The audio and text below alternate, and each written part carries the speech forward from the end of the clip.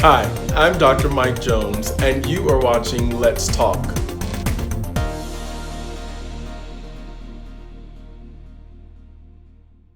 This is Dr. Mike Jones, the Global Education Ambassador, and I am here with my friend and my colleague, my sister, Dr. Tierney, who is an author, educator, coach, consultant, speaker extraordinaire.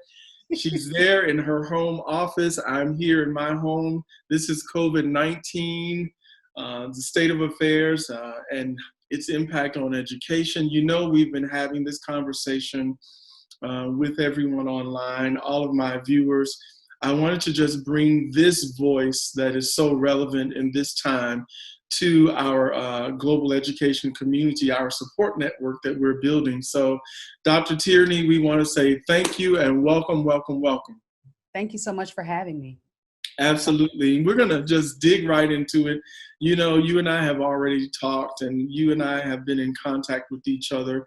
COVID-19 just came out of nowhere. You know, COVID-19 popped up and it transformed our lives literally overnight. It shifted everything. It turned our world upside down, if you will. And those of us who are educators, instructional leaders, and like yourself, author, educator, coach, consultant, speaker, and this has had some implications for us. In particular, you are in the higher education sector, and I wanted to have an opportunity to have you to speak to our viewers about where this has put you in terms of your philosophy, your perspective. So if you can just start off and just tell everyone how this COVID-19 pandemic has impacted you. Just you know, talk out of your experience. Absolutely, absolutely. Well, as an experienced higher education professional, I know all too well the commitments and the responsibilities that we have to our students, to our parents, to our internal constituents, to our external constituents. And during any normal academic year, Yeah. there are a variety of demands that necessitate our attention and require that we are performing at our personal and professional best.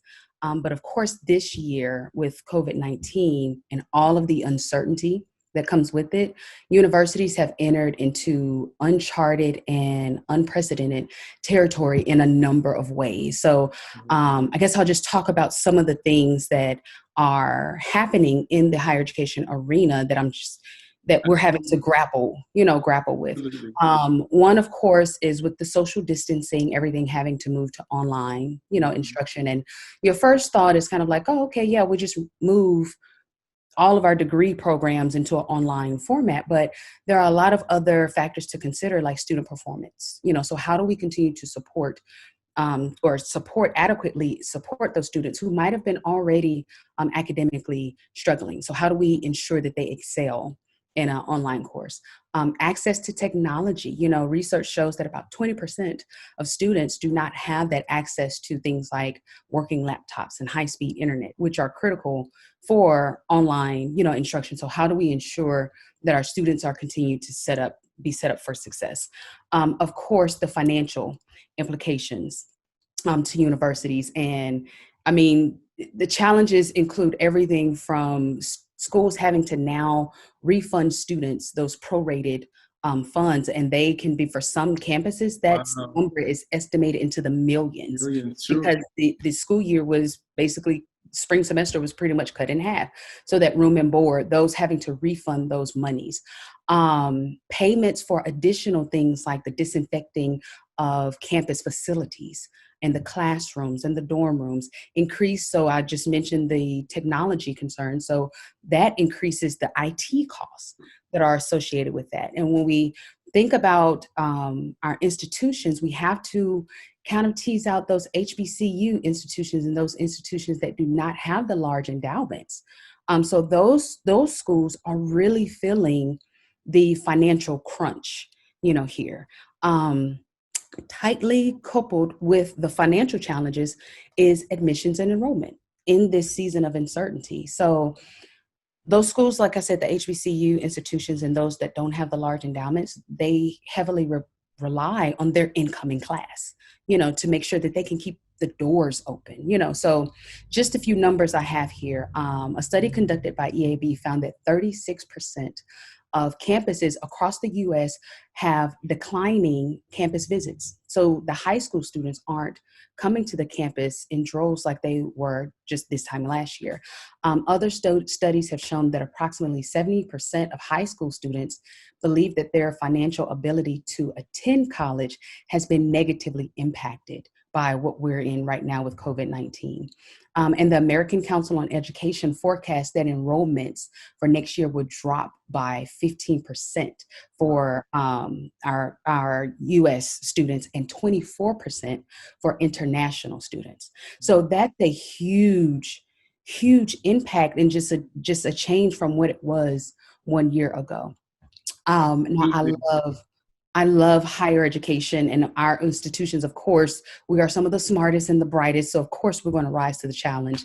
And schools like Mississippi State University are giving students hotspots so that they can have access to that, the technology that they need to excel.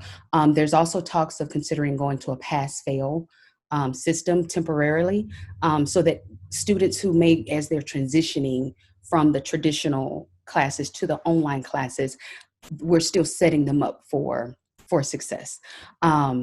Now, I know you mentioned pass fail, and this is all great information, and you've touched upon many of the challenges that are being faced, or I should say, the higher education learning institutions are facing with this COVID-19 pandemic.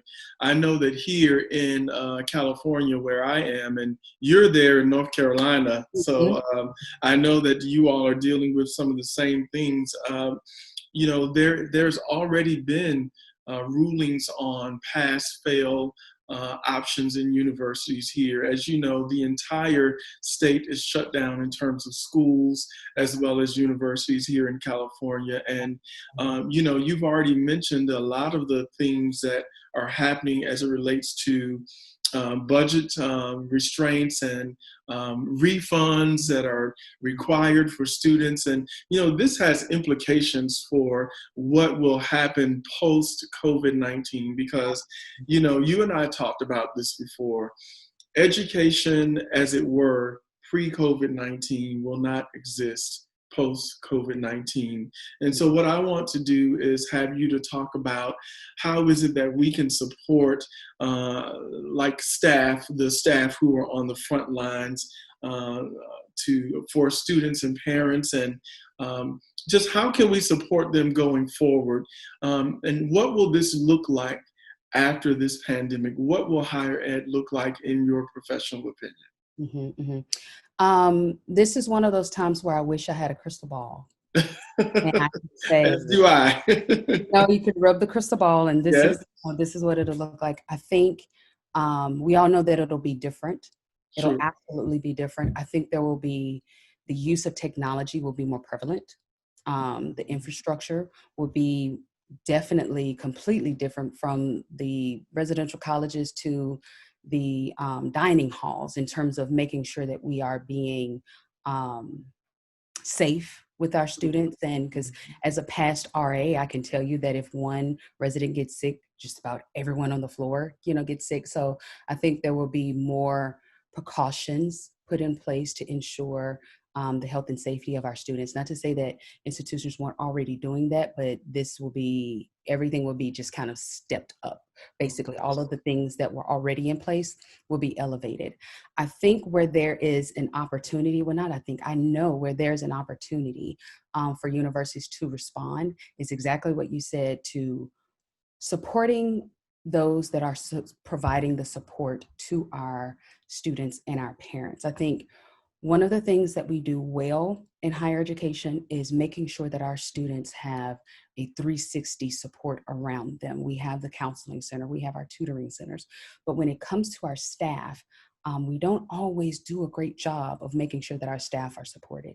Yeah. And what's happening right now with the COVID-19, our staff are doing phenomenal jobs in rising to the challenge and the innovation that is required to continue to serve our students and keep the doors open and, keep the ship afloat.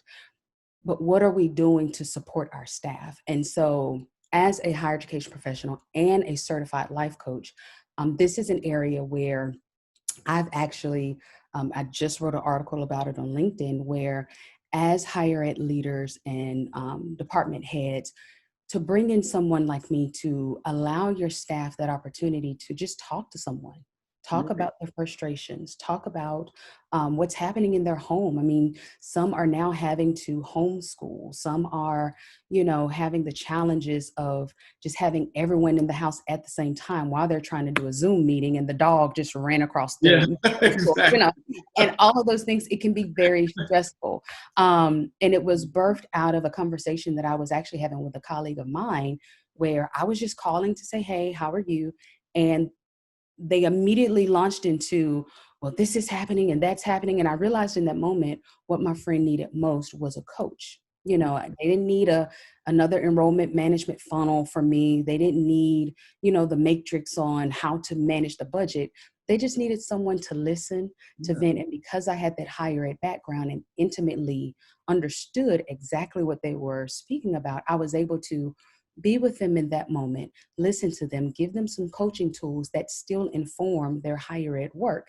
And at the end of that call, my friend was relieved, felt more energized, and had some tools that they could then take back to the team, and continue to do the great work that they were already doing. So I would just urge all higher ed leaders, higher ed department heads to consider bringing in a coach to provide that service for your team, to help keep them encouraged and to keep them supported as they continue to support the community, your university community. Absolutely, absolutely. I agree with you. And this time, now more than ever, we need a support network, and that's one of the aims of what I'm doing here with Global Education Community, trying to build a support network globally, because we're all dealing with the same issues and we're all in the same condition. We're all faced with the same challenges. Yeah, And we're so all in this together. yeah, Yeah. we have to get together, and this is a time for us to do it, as we said before, reset, Mm-hmm. rethink, reorganize, restructure. Yeah. It's so important, not just to survive, but to thrive in Right. this Yes. actual pandemic. We're coming to a close in terms of our time. We have about a few more minutes left, but I want to be able to have you to just speak briefly to um, equity. When we talk about equity and access, and you mentioned this earlier, having access to technology and access to curriculum and how we deliver that online, and the financial implications of COVID-19, both pre and post. So talk about the equity, and how is it that you feel we're going to level the playing field even more after this is over? Yeah. Um, I think in a way the playing field has kind of already been leveled a bit. Mhm. I think there was once upon a time, there was where some institutions may have been like, oh, well, we're here and they're there and then they're there and then, but when you are in a situation like this where we are all facing the same thing and we're asking ourselves the same questions, and it makes us stop to say, you know what, as higher education institutions, though our colors may be different, though our mascots may be different, we are here for the same purpose, Yeah, and that is to, to be of service and educate America's future, period. absolutely. Absolutely. And so it's just a matter at this point of how can we um, do that moving forward? What is the best? How can we best serve our communities moving forward? How can we best serve and support our students moving forward? So I think we're going to see less of the adversarialness that kind of existed in the higher education Right, sphere right. after this. I think there is a greater awareness of really what it means to, so like I was referring to the HBCU institutions, and really what it means to band together and not let any of our institutions die during this season, and to really band together and pool our resources. If it comes to that, I know collaboration is not necessarily something that happens naturally, but I think after this, it will be a more collaborative environment in the higher education arena. Sure. And I think, to your point, I think there is the opportunity for greater collaboration amongst the higher education institutions. And I think the vulnerability is prevalent now, whereas people were not as vulnerable because of the actual circumstance that we find ourselves in, that being the COVID-19 pandemic that is causing us to evolve. And that has actually revolutionized the way we even think about education. Yes. The way we go about education and do our business, that we try to do in excellence and in the highest quality possible. I think we're going to see many, many, many changes for the better. And I definitely and certainly feel that you are on the front lines, and you are in the forefront, or at the forefront of that change positively. I want to give the viewers a chance to plug into your platforms on social media. So can you just share with us how our viewers can contact you for better direct contact in terms of services that you might be able to offer them, etc.? Absolutely, absolutely. So again, my name is Dr. Tierney, and you can follow me on social media. I'm at Dr. Tierney. That's DrTierini, and I'm across all platforms, even LinkedIn as Dr. Tierney. You can also visit my website, drtierney.com, and there you can find more information about my higher education consulting services and read reviews from past clients. You can learn more about my life coaching services and programs, and you can also get information about my book entitled Level Up: Living on the Levels God Intended. So yeah, and my YouTube channel. But if you just put in Dr. Tierney across all platforms, you'll be able to find me. Awesome. Dr. Tierney, definitely it has been a pleasure, as always, to be in your presence. You are a bright light shining, and I would like to continue to see you soar and thrive, especially in this time. It's so important for us to embrace each other and humanity and humankind, and support each other. Stay safe. Stay healthy. Same to you, my brother. Same here. It's been a pleasure having me, inviting me here. It's an honor to share this platform with you and speak to your audience. So thank you so much for having me. It's truly an honor and a privilege. Thanks for watching. Be sure to subscribe for more educational news, exclusive interviews, and more.